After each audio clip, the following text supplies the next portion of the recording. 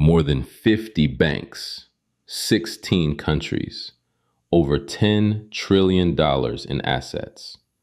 And every single one of them just quietly bet on one piece of crypto infrastructure that most people still wave off as just an oracle.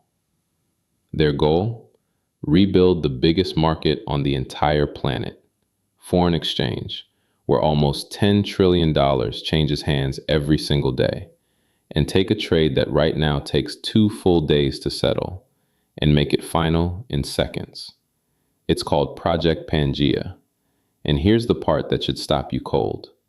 The reason they're starting with the euro and the Korean won points to a gap in the global banking system that almost nobody is talking about.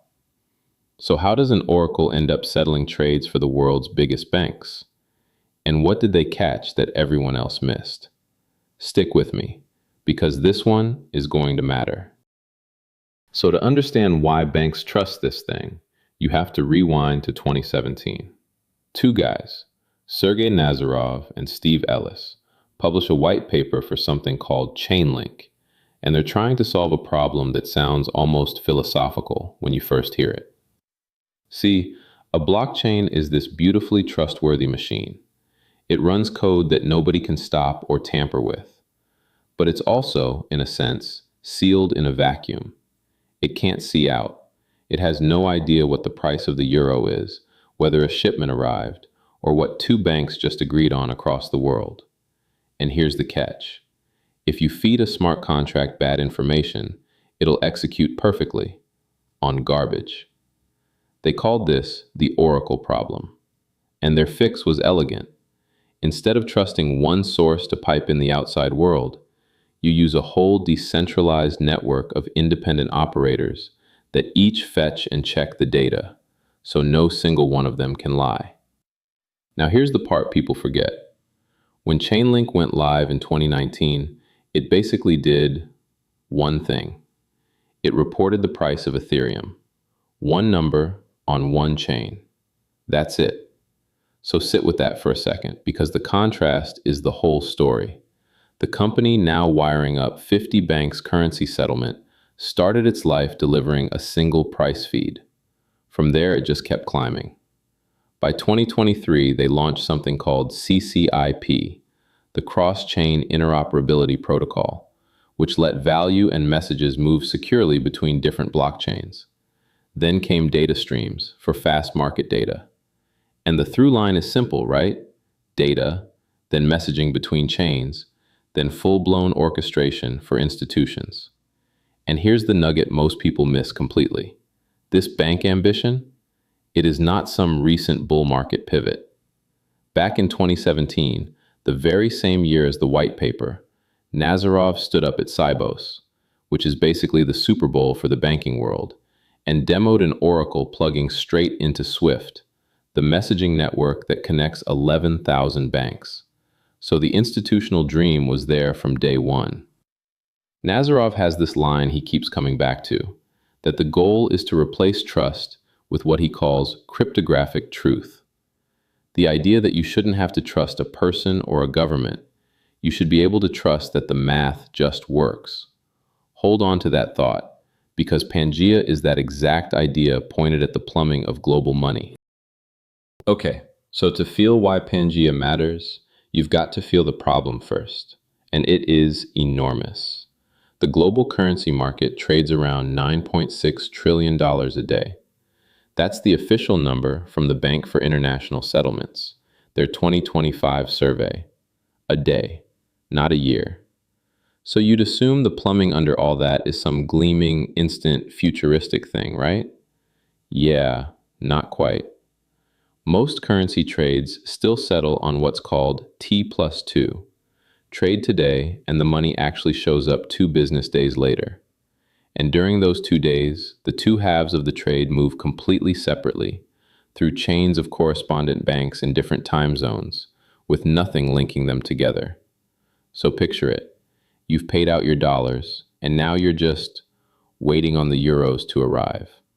And that gap is genuinely dangerous. And we know exactly how dangerous because of one afternoon in 1974.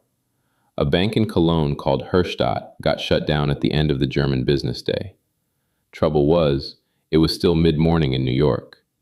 Banks had already handed Herstatt their Deutschemarks that morning, expecting US dollars back when New York opened. The bank closed in between. The marks were gone. The dollars never came. To this day, bankers literally call settlement risk Herstatt risk. And get this, that one collapse is what pushed the world to create the Basel Committee, the body behind basically every banking rule we have now. So the industry did build a fix. In 2002, they launched CLS, a special utility that settles both legs of a trade at the same moment, so your dollars only move if their euros move. It's called payment versus payment, and honestly, it was a brilliant invention. But, and this is the part most coverage skips, CLS has hard limits.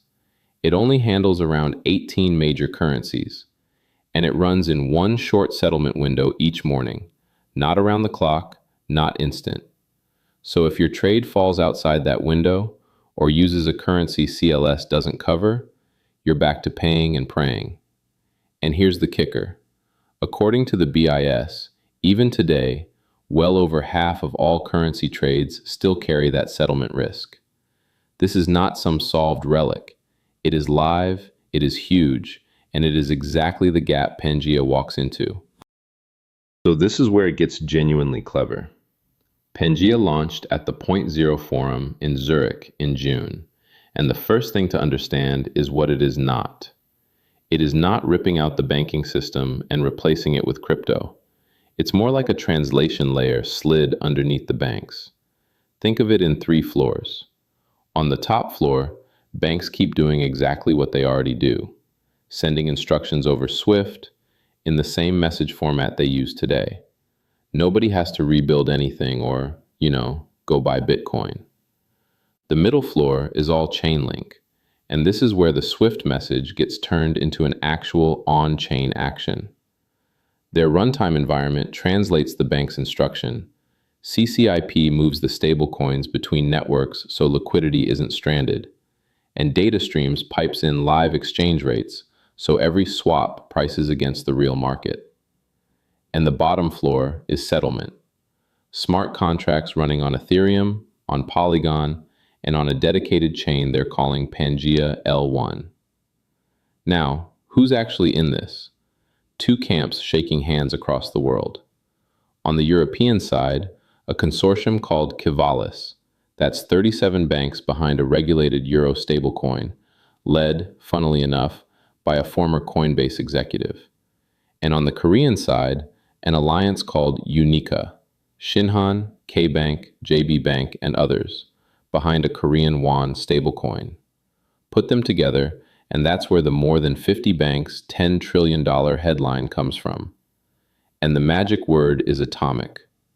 In an atomic swap, both legs of the trade settle together, or neither one happens at all. There is no 2-day window for anything to go wrong. That's T+0. Settled, done, in seconds. Now here's a detail almost no one reported, and it's my favorite. Why euro to won? Why that specific pair first? Because the Korean won isn't one of those 18 currencies CLS covers. So euro-won trades today carry real settlement risk that CLS simply does not protect against.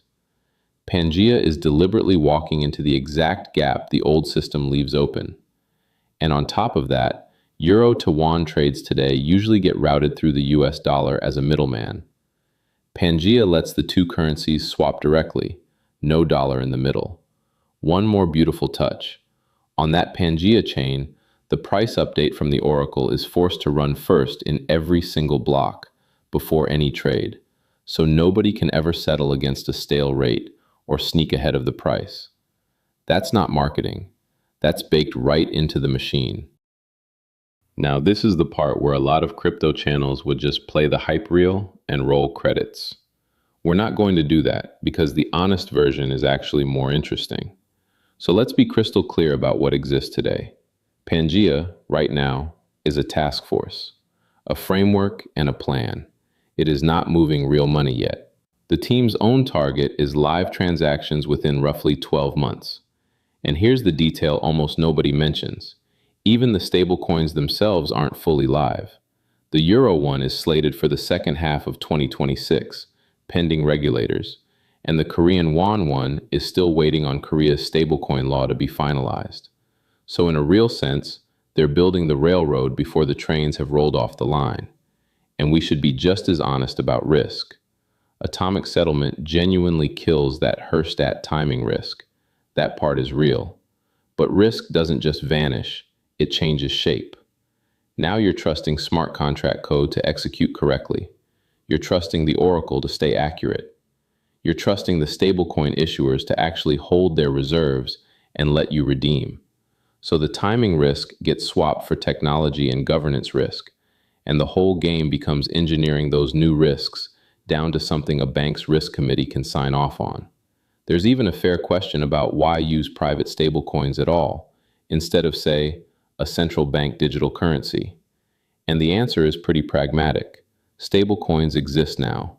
Banks can issue them now, under rules that are landing now, like Europe's MiCA framework. A central bank digital currency means waiting on central banks and politics. And here's maybe the most grounded signal of all. When this 50-bank, $10 trillion announcement dropped, the price of the Chainlink token barely moved. And I actually love that, because it tells you the market is being sober. It's correctly seeing the difference between an exciting framework and actual revenue. One sharp analyst put it perfectly. That $10 trillion number works as a reputational signal, not a demand projection. And that is the honest frame. This is real, it's serious, the heavyweights are at the table, but it is early, and the proof is still ahead of it. So zoom out, because Pangea isn't happening in a vacuum, and the timing tells you everything. The very same week Pangea launched, the DTCC, the plumbing giant that settled around $4.7 quadrillion in securities last year, which is something like 50 times the entire world economy, picked Chainlink's runtime environment for its new collateral platform. So that's two enormous wins for the exact same piece of technology in 1 week. This is clearly a pattern, not a one-off. And here's where it gets a little sci-fi, in the best way. That runtime environment already does something genuinely wild in another bank project. It takes messy corporate data, runs it through several competing AIs at once, including models from OpenAI, Google, and Anthropic, and makes them cross-check each other until they basically all agree on one golden answer, then sends that out as a clean banking message. So, this agentic AI orchestration future people keep talking about, Chainlink is quietly already doing a version of it for finance. Now think about the network effect. Atomic settlement only works if both sides speak the same standard. So every new bank, every new currency corridor that plugs in makes the whole thing more valuable to the next one. Start with euro and won, and the same plumbing extends to other currency pairs, then to tokenized stocks, then to bonds and collateral. So what should you, watching this, actually do with all of it? Not trade on it, just track it.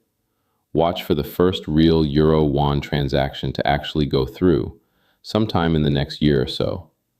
Watch whether those two stablecoins actually launch, because if they don't, none of this moves. That's the real domino. And watch whether more corridors start plugging into CCIP, because that's the tell that the network effect is genuinely kicking in. That's your scorecard. Specific, checkable, and you'll be able to see it happen in real time. So let's bring it home. For almost 10 years, Chainlink was the thing people underestimated. Just an oracle, just plumbing. And it turns out the plumbing is the whole point. Because when you actually want to move real money between real banks in real time without anyone getting burned, what you need is exactly that. Trustworthy connective tissue between systems that were never built to talk to each other. That's what Pangea really is. Not a flashy new coin, not a bank killer, but a quiet bet that the future of finance gets built underneath the system we already have, not on top of its grave. The oracle that started life reporting one price is now being trusted to help settle the biggest market on Earth. It is early, the proof is still ahead, and we're going to keep it honest the whole way. But make no mistake, this is one of the most important things happening in finance right now, and barely anyone is watching it closely. So now, you are. So if you got something out of this, do me a quick favor and hit that like button. It genuinely helps the channel more than you think. Subscribe if you want the clear, honest version of where money and blockchain are actually heading. No hype, no price calls, just the real story. The full written breakdown with every source is linked down in the description. Thanks for watching, and I'll see you in the next one.